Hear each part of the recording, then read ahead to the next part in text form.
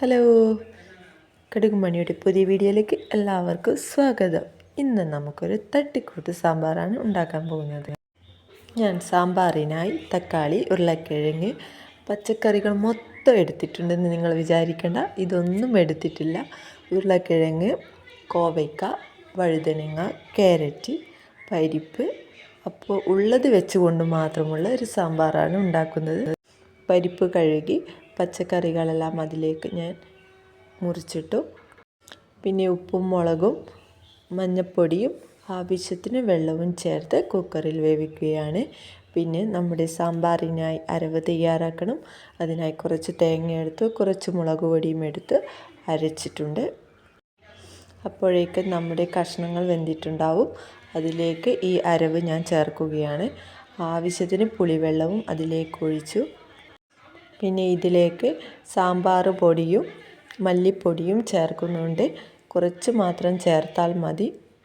ആവശ്യത്തിന് ഉപ്പും ചേർത്ത് നന്നായി തിളപ്പിക്കണം. പിന്നെ നന്നായി തിളച്ച് വരുമ്പോൾ അതിലേക്ക് ഞാൻ മല്ലിയില ഇട്ടിട്ടുണ്ട്. വേണമെങ്കിൽ കറിവേപ്പിലയും ഇടാം. അങ്ങനെ കടുക് പൊട്ടിച്ചു അതിലേക്ക് ചുവന്ന മുളക് ഇട്ടിട്ടുണ്ട്, ഉലുവ ഇട്ടിട്ടുണ്ട്. കുറച്ച് സാമ്പാർ പൊടിയും അതിലേക്ക് ചേർത്തിട്ടുണ്ട്. ഇനി അത് സാമ്പാറിലേക്ക് വറുത്തിടുകയാണ് ചെയ്തത്. നമുക്ക് അടിപൊളി ടേസ്റ്റുള്ള സാമ്പാർ റെഡിയായി കിട്ടും.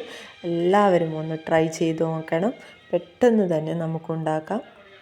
അങ്ങനെ നമ്മുടെ ചോറിനൊപ്പം നമ്മുടെ സാമ്പാറും കൂട്ടി ഒരു ഊണ് അടിപൊളിയായിരിക്കും. അപ്പോൾ ഞാനൊരു ഇലയിട്ടിട്ടുണ്ട്. അതിലേക്ക് ചോറ് വിളമ്പി നമ്മുടെ സാമ്പാർ റെഡിയായി വന്നിട്ടിരിക്കുന്നു. അതും കൂടി ഒഴിച്ചു കൊടുത്തിട്ടുണ്ട്. നമ്മൾ പെട്ടെന്ന് ഉണ്ടാക്കുന്ന ഏത് സാധനവും ചിലപ്പോൾ നല്ല അടിപൊളി ടേസ്റ്റായി കിട്ടും. അങ്ങനെ ഒരു സാമ്പാറായിട്ട് എനിക്കിത് കിട്ടിയിരിക്കുകയാണ്. അടിപൊളി ടേസ്റ്റുണ്ട്. അപ്പോൾ എല്ലാവരും ഒന്ന് ട്രൈ ചെയ്ത് നോക്കണം.